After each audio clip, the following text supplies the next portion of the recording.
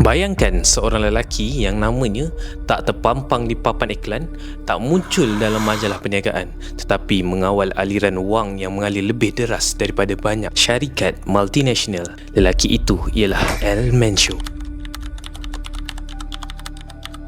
Di bawah kepimpinannya, Jalisco New Generation Cartel berkembang daripada kumpulan sepihan kecil menjadi salah satu organisasi jenayah paling berkuasa di dunia.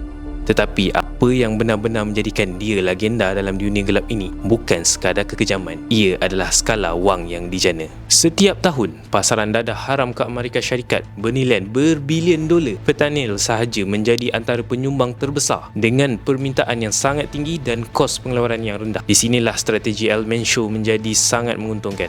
Dengan mengawal laluan penyeludupan utama dan makmal pengeluaran metafetamin berskala industri, kartelnya mampu menghasilkan produk dalam jumlah besar dengan margin keuntungan yang luar biasa.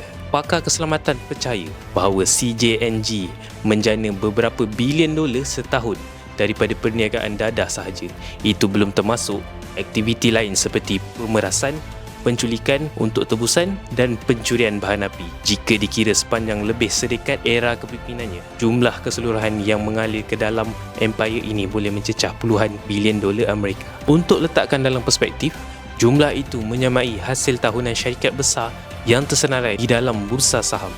Bezanya, wang ini tidak membina kilang atau teknologi. Wang ini membiayai senjata, membayar tentera bayaran, merasuah pegawai dan mengukuhkan kuasa melalui ketakutan. Setiap kilogram dadah yang melintasi sempadan membawa keuntungan berlipat kali ganda. Setiap laluan yang dikawal bermakna memonopoli wilayah, dan setiap wilayah yang jatuh di bawah pengaruh CJNG menambah lagi aliran tunai kepada rangkaian global mereka. Al Manso membina struktur yang bukan sekadar kumpulan penjenayah, tetapi sebuah organisasi dengan logistik, kewangan dan strategi seperti korporat. Mereka mempunyai pengurus wilayah, pembekal bahan kimia, pakar pengangkutan dan sistem komunikasi yang susah untuk dikesan. Ini bukan operasi kecil-kecilan, ini adalah industri. Namun di sebalik angka yang mengagumkan itu, terdapat kos kemanusiaan yang jauh lebih besar.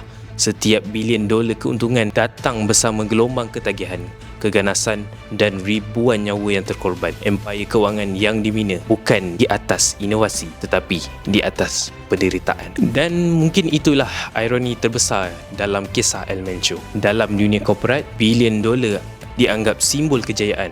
Namun di dalam dunia yang dibina, bilion dolar itu menjadi sebuah simbol bayang-bayang, ketakutan dan peperangan tanpa penghujung.